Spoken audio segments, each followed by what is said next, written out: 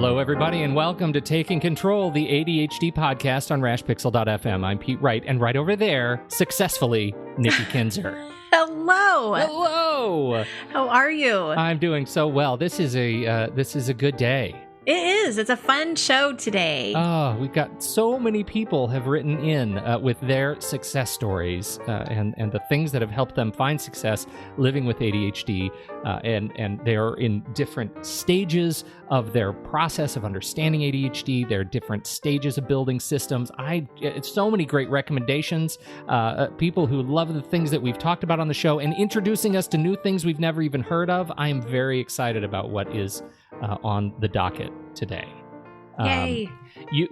Before we do that, just real quick, head over to takecontroladhd.com to get to know us a little bit better. You can, of course, listen to the show right there on the website and subscribe to our mailing list. It is the best way to ensure you don't miss a single episode if you don't want to mess with apps and such. Connect with us on Twitter or Facebook at Take Control ADHD, or call us at 503-664-4ADD to get your voice, your thoughts, and questions on this show. And don't forget, 5-star reviews in iTunes and recommendations in your favorite podcast player helps others to discover the show when they need help. So pay it forward. Drop us a kind review. Thank you to those who have already done just that. This is our last show for a little while. Not very long. Just, long. 4 weeks, I think? Yeah. We're going to take 4 weeks off. We're going to take July off. We're going to do a little vacation, as we talked about last week. We thought it was a good week to end the spring run with success stories. And so we've been asking, you've been asking for your stories. And boy, did you ever write in. Yes. It's very exciting. Yes. We started with a newsletter that just went live a couple of days ago as we're recording this. You want to talk a little bit about what's been coming back? Yeah. One of the questions that I had in the survey was, what kind of products, services, or courses have best helped you manage your ADHD? And it was great. I got some really great feedback, and there's some people that love us. Oh, Pete, isn't that nice? Best. I know. So thank you, everyone, for listening and being so kind to say that we are one of those services, products, and courses that have helped you with your ADHD. Certainly appreciate that. But I did, I haven't gone through all of them. I've only gone through a few, but I pulled out some to share with the audience today because I thought that they were really good. They were recommended by people who follow us, people that follow me in my newsletter. So a couple of apps first that I wanted to share. Things 3. Things 3. Oh, I do love Things 3. Now you're going to have to explain what that is because I have not looked at it. Well, it is a task app. It's a to-do app. It is the workbox that we've talked about, and things. It's been around for a long, long time, but it has been about 4 years since Things 2 was released, and Things 3 was just released a couple of weeks ago now. I think it was 3-4 weeks ago. Surprising no one, I have switched to Things 3 out of to-do. What? Yeah, I know. That must be a new thing. Is this like recent? It's very recent. Since it came out, I gave it a shot and I found myself, it's one of those things. You start with a new app and you think, hey, I'm just going to give this a try. I want to test it out. I want to understand it. And I found myself never wanting to go back. It is really lovely. And one of the things that I think we can't underscore enough is, for somebody like me, speaking only for myself, the design of the app is super important. And I find Things 3 a joy to open. It is simple and beautiful, and the little subtleties of animation are super nuanced and guide you through the process of setting, dates and deadlines, and I adore it. And so congratulations, to the team at Cultured Code. You can find it at culturedcode.com/things. That is my plug for Things 3. Great recommendation. Whoever said that, you're on it. Awesome. Okay, so this next app actually came up a couple of times, and it has actually also come up with my clients. It's called Habitica. It is. Well done. So for people that don't know, it took me 3 times to say that right. The magic of podcast editing. Woo! Okay, but I did say it right. So You did. yes, this is a fun app because it actually helps you do chores around the house and things that maybe you don't want to do because it plays a game with you. You get things. So as soon as you've done the dishes, you get a person or a little thing. Like I've never played it myself. Have you actually played it, Pete? This is one I did play. This is when we mentioned it on the show long time ago. And what do you get? Like an animal or something? Yeah, no. I mean, it's like a role-playing game. So you okay. have a character and you level up and you get to fight things and earn coins of the realm, and there are dragons, and it's a fantasy kind of role-playing to-do game. The organization of it is kind of like a Kanban board or Trello. We've talked about that, where you can see kind of your different lists, and you can add notes and things to your lists and to-dos to your list. It's really fun, and it never stuck for me just because of the volume of tasks that I have. I started finding the game a little bit distracting because I'm kind of a gamer and I get obsessed with that stuff. It's not right. So be careful. That's kind of a warning. Yeah. Well, and the other thing that I've seen that why people like it so much is because it is that instant reward. Like they get to do something after they've done something they don't want to do.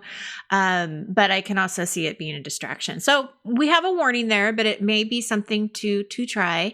Now, prior to us getting onto this recording, I was telling Pete about Workflowy, because this also got brought up, and you checked it out. What did you think of Workflowy? You know, it's funny. And on the surface, it's a outliner, right? But once you go through the little demo, it's a web-based outliner, and you go through the little demo and start clicking around on through the outline. It's really sweet. For me, I'm very much a text-based person. I love just adding hashtags to my tasks. I love adding @mentions to my tasks because these things allow me to create, searches in my task manager that bring up custom views. And Workflowy does exactly that. So you can really manage your day. You could manage your week. You can manage your projects.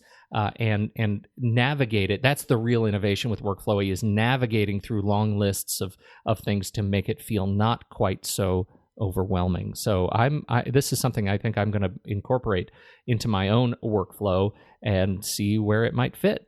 Awesome. Great. Okay, so the next thing, the next recommendation actually came from a client, and she was talking about planner pads. She loves her planner pad, and she uses this instead of actually using a calendar, like a iPhone or whatever, Google, whatever calendar, right? So she uses planner pad, and that was something she swore by. So again, just giving recommendations out there for people to look at. The bullet journal had some mixed reviews. I'll tell you, there were some people that love the bullet journal and they think it's really helpful. And then there were some people, because one of the other questions was what products frustrate you. And it also fell into that question too, where people got frustrated with the bullet journal. One of the biggest frustrations I found is that they would forget to write things down. Like they would forget to keep it up. Mm-hmm. Quick recommendation from a coach's perspective: if you are going to be putting the bullet journal into play or into practice, it definitely does help to attach it to something that you're already doing every day, like eating breakfast, taking meds, whatever it is. But if you can attach the habit of writing in your bullet journal with something that you're already doing, it does help with the memory part of it. Right. I'm definitely on the frustration side of bullet journal. It seems kind of crazy. We did a whole show, I think, on we did. Yeah. Of course, Evernote is something that people enjoy. It works for them and it helps them. So if you haven't checked out Evernote, you know that we are big proponents for it. Big fans. Big fans. This I thought was interesting because I think it's true for most people. The person says routines work for me. I hate them, but they are key to my success. So isn't that true, right? It is. That's a funny little brain twist though, right? They're key to success and yet we hate them. Yes. I wonder how that happened. Yes. That may be something to meditate on a little bit. I know, right? That might be a show that we talk about. That's how to fall in love with your routines. Yeah. Oh, that's a good title, Pete. Yeah. I like that. Okay. Many people talked about their medication. And I know this is not something that we talk a whole lot about on our show, but I'll tell you, probably half of the people that responded back had something positive to say about how their medication has helped them. Diet and exercise also, especially the exercise, popped up more than anything about how that was really important to help them focus throughout the day and just to feel better. Now, a couple of references that came up in the survey that I wanted to share with you is Attitude Magazine. I love this resource. If you haven't checked it out, I definitely highly recommend it. So many articles on everything you can possibly think of from all kinds of experts and coaches and everywhere that you can think of. So great resource. Dr. Hollowell was also mentioned several times. Doesn't surprise me that he comes up because, you know, he's written several books about how to live with ADHD. He's been interviewed several times. He's a huge advocate and always very, I think, inspirational and motivational. So check him out. And then another resource that came through was Sari Solden's book, Women with ADHD. And I've heard many women talk about how this has changed their perspectives about themselves and about their ADHD. So I highly recommend people checking that out as well. So that is what is coming from the newsletter. Excellent. And we're still only a day into that. I imagine you and I are going to be talking about the results of the newsletter in when we're back in August, as you learn more this month. So the information is invaluable because I'm really getting to the core of what people need, what they want, what they're struggling with, what they want to know more about. And yes, they are definitely, we're going to touch on a lot of these topics. Excellent. Well, of the success stories that we've gotten, and we've selected a few of them to run through today, and it comes with some more recommendations and some more thoughts and some more just general success in living with ADHD. I think, and I got a quick one that I just want to get out of the way here because I really enjoy it. And this one gets onto the now, I think, somewhat controversial statement of ADHD is a superpower. You know, we're hearing more and more people come out and say, you know, ADHD is not a superpower. And if you're really struggling with ADHD, it certainly doesn't feel like a superpower. And yet, here is a story from a listener who wrote in and whose life and, in fact, career has totally changed as a result. We have a listener here who was diagnosed with ADHD when he was 8. And had real struggles through academia, but discovered counseling and has gone through college and master's degree and is about to sit for his licensure for professional counseling by the end of the year. He started a private practice solely focusing on ADHD clients. And he hosts his own podcast on ADHD, Informed Consent. So shout out to a listener, Gabriel, who has written in about this. You can find out more at Informed Consent Podcast. And he says, all of the above was accomplished thanks to my ADHD. I believe my ADHD is 100% responsible for me being able to juggle all of this, and I wouldn't change a thing. Nice. I love that note.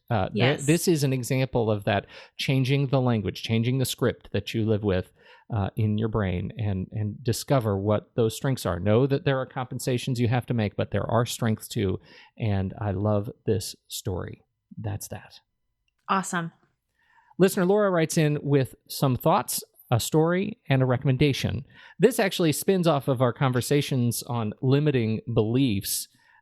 Listener Laura says that she reached a breaking point last fall, overwhelmed at work and home, thought she would never get a handle on things, always running late. It tells a fantastic story that we have all experienced living with ADHD, when her 10-year-old daughter has to continuously remind her when she feels like she's lost her keys that they're likely hanging in the front door left there from the night before. I love that, if only because, oh my goodness, we actually had to get rid of keys on our front door and now use codes because our keys are such a problem. So that was our accommodation. And so here's what she says. On a typical morning, I'm scrambling around at the last minute looking for my phone, which is sometimes in my hand, writing a note for my daughter's lunch, searching for socks. Oh, socks are the worst. Socks are the worst. She says, I'm always forgetting something altogether, like my lunch.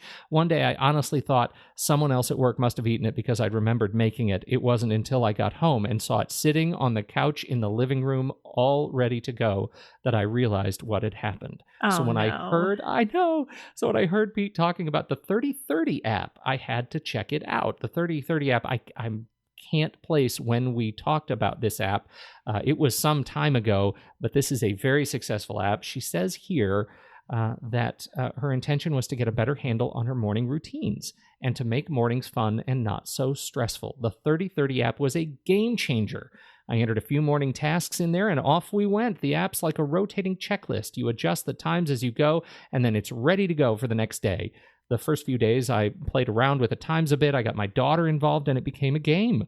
We would estimate how long we thought different tasks would take. The tricky one to estimate was her waking up. I mean, did we not just talk about this? I mean, how long does it take to wake up a sleepy kid?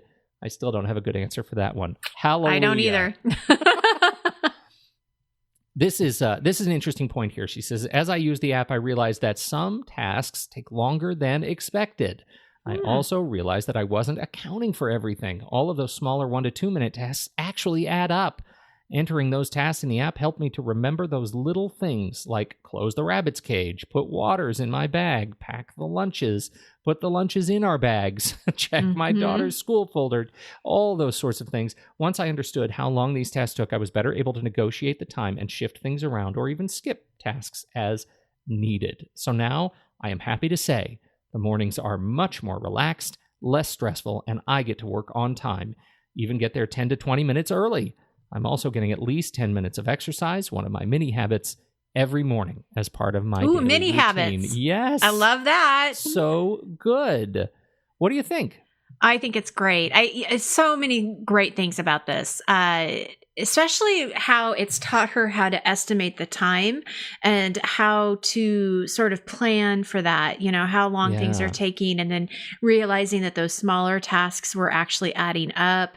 I mean, this was really a great way for her to really refine what that routine was going to look like and being real about it, really being real with the time that things were taking. So I love it. And I love that she says mini routine, because who does not love a mini routine? Right, so. Exactly. It's a funny thing. This is a thing we've been thinking about a lot here lately, which is the act of tracking and the way data supports ADHD. Once you know, you can make changes. Until you have data and fact to back it up, you're working on assumptions. And so we're going to be talking more about, tools to track your data, your experience, your tasks. This is, I think, a great example of just that, and how simple it is that she made it. It was just, here's a little space in the morning.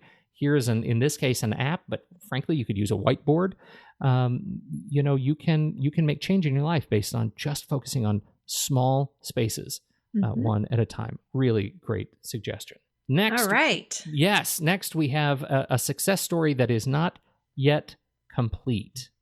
That's okay. I think a lot of times that's sort of what it is. It's a work in progress. Yeah, I think that's why we want to share this one, because it shows that we're all on the journey. Everything is in flux. A few months ago, I succeeded in finding employment at an IT company as a translator. The company is wonderful. My colleagues are great. I'm well compensated for the work I do, and I have been offered full-time contract. At present, I'm nearly through the 6-month probationary period, and I'm very much looking forward to having a career in a job that I love. And then she goes on to tell a story of how she got to this point. And it's a longer story, so I'm going to kind of summarize it here. It ends up with a lot of political issues in university. It ends up with a particular roadblock, a person who was standing in the way, but all that roadblock ends up providing just it turns out, just the inspiration for her to take additional classes, join an additional program, get more experience as a result of running into this administrative, this bureaucratic wall at the university. And it ends up being an interesting twist to the story that lands our listener at this job that she wanted, that she is now better equipped for. And the bottom line is she has recommendations for apps that have helped her to stay peaceful in spite of dealing with all the frustrations that have come with her education and her journey to success. She says, empowered hypnosis, wellness centers, audio joy, weight loss, life success, and learning language. These are the 3 best to purchase because they all seem to hold all of the 5-minute hypnosis tracks. I find them to be very helpful when I want to do something, but my brain just doesn't want to make a move and cooperate. Well, that's good. That's definitely worth checking out. I think a lot of people can probably relate to that. I think so too. You know, the key takeaway here from her story, and I know I didn't read all of it. It's pretty detailed, but the whole idea of an obstacle that becomes inspiration. What do you think about Right. that? Oh, I agree. And that's what I was thinking when you were talking about it, is it's being able to see that roadblock and not let it stop you or get in your way. Like, she figured out how to get past it and break it down. And it was definitely in her benefit. So I think it's a fantastic inspirational story that don't let those people or things or whatever it is that's getting in your way stop you from what you really want. Absolutely. So, listener Ellen, congratulations to you for almost wrapping up your probationary period at work. And we certainly hope you have a fruitful partnership with your employer. Absolutely. Now that you're on the verge of a contract. So, fantastic stuff. Listener Sarah writes in from Nashville, and oh my goodness, I can relate to her too. She's talking about her career. She was late diagnosed ADHD, can't take medication, and so is working toward all kinds of accommodations to help make life work. And this is my favorite part. I've been relatively fortunate in terms of my career in that I gravitated toward positions that, for the most part, worked with my constantly flitting brain. That's how I ended up working for several years as a reporter news editor for a daily newspaper. I generally succeeded in the role because the constantly shifting priorities and deadlines tended to keep my attention when it would start to wane. Oh my goodness. As someone who has worked for a number of years in the newsroom, I get it. Oh man, it's like the perfect career for ADHDers. One of her biggest challenges, she says, is that I'm terrible at taking notes, as in really terrible, which, if you haven't connected it, is a core skill to being a reporter and an editor. You got to be able to take great notes. Good point. Yes, right. Yes. She says she has tried all sorts of things. She's picked up phone adapters to allow her to record phone interviews. And she does say, rightfully so, anyone considering recording phone calls must understand their state's laws regarding recording conversations. Very important if you're going to record calls. The recordings were wonderful, but then came the issue of transcribing them. One-on-one interviews weren't so bad because they were easy to transcribe, but large government meetings were a challenge for keeping track of multiple speakers and long 4-hour-plus meetings. Ouch. She's tried every app or tool available. It was somewhat within her price range and required a turnaround time. Nothing worked, so she's back to manually transcribing. So here we go. This is the part that your listeners may find useful, she says. It's a variant of Pete's suggestions regarding taking notes by hand while recording an audio file, but in my version, the notes were more of an index of the audio file than anything. Before a meeting, I'd write down the names of the participants. As the meeting transpired, I'd write key topics, often just a single word or a phrase snippet, and the initials of the person speaking. Then I'd glance over at the time counter on my recorder, and next to the topic and speaker, I'd jot down the time on the counter, not worrying too much about precision, but trying to keep it within a minute of what had caught my attention. When I'm finally ready to sit down with my notes later, I'd go through the audio file and skip directly to the times I'd noted. That's when I'd find the beginning of the relevant portion and begin transcribing. Doing it this way, each portion is generally only a couple of minutes, and it's not too overwhelming. As an added advantage, it's helped me curb my natural tendency to get mired down in too many details, too much information. As a quick aside, this method is also helpful in an academic setting. I've used it often in grad school. Love that tip. That's really good. Right. That's a great way to kind of adapt what was going on. I mean, here's the issue. How do I keep track of all the different speakers? And she figured out a way. That's great. Yeah, it really gets back to that point of overwhelm too. Like, right. When you feel like you're at the race and everybody else has already taken off down the track, and there you are still trying to lace up your shoes. Yeah, and you're missing everything. You're missing the race Yeah. completely. Yeah, right. Right. I struggle with that. So great suggestion, Sarah. Yes, love it. And hope that helps others.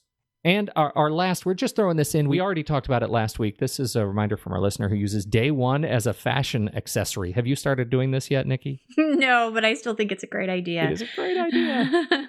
The Day One app we've talked about a number of times on the show. It is a Mac journaling app, but there are all sorts of journaling apps for Windows and other platforms. In this case, Day One for iOS and the Mac. It allows you to take pictures and log them to specific days very, very easily. And our listener here says, I heard about the Day One app on your show, and I've been using it to help me. Whenever I wear an outfit I snap a picture and log it to the Day One app. Now I have about 2 weeks of images to choose from in the morning, and I know I'll feel confident in those outfits. The main challenge with this is remembering to take the photo when I have a new outfit because it's not an everyday thing. It also helps me when I go shopping because I can see what I have. There you go. Excellent use of the tool. Yeah, it's fantastic. Luckily, These are great. I just have a uniform. It's like yes. It's my summer uniform, and I don't really take a picture of it because it's pretty much the same thing every day. Right. Well, there are people, right? Let's see, Steve Jobs, and I think even I was just reading something else, and I can't remember who the person was, but about wearing the same things all the time, like the minimalist. Definitely the minimalist guys, right? Yeah, they always wear the same things and same kind of uniform, and it's a great idea because it definitely does eliminate those decisions and that frustration in the morning of what to wear. So totally, and there might be something to it. Worst. Yeah. I love it. Well, this is great. We've hit our half hour. This is a great set of folks writing in really great and detailed stories. Thank you so much for sharing your successes, those we've talked about and those we haven't. You're on deck for another show. We sure appreciate your time and attention. On behalf of Nikki Kinzer, I'm Pete Wright. Until August, that's when we'll catch you next time right here on Taking Control, the ADHD podcast.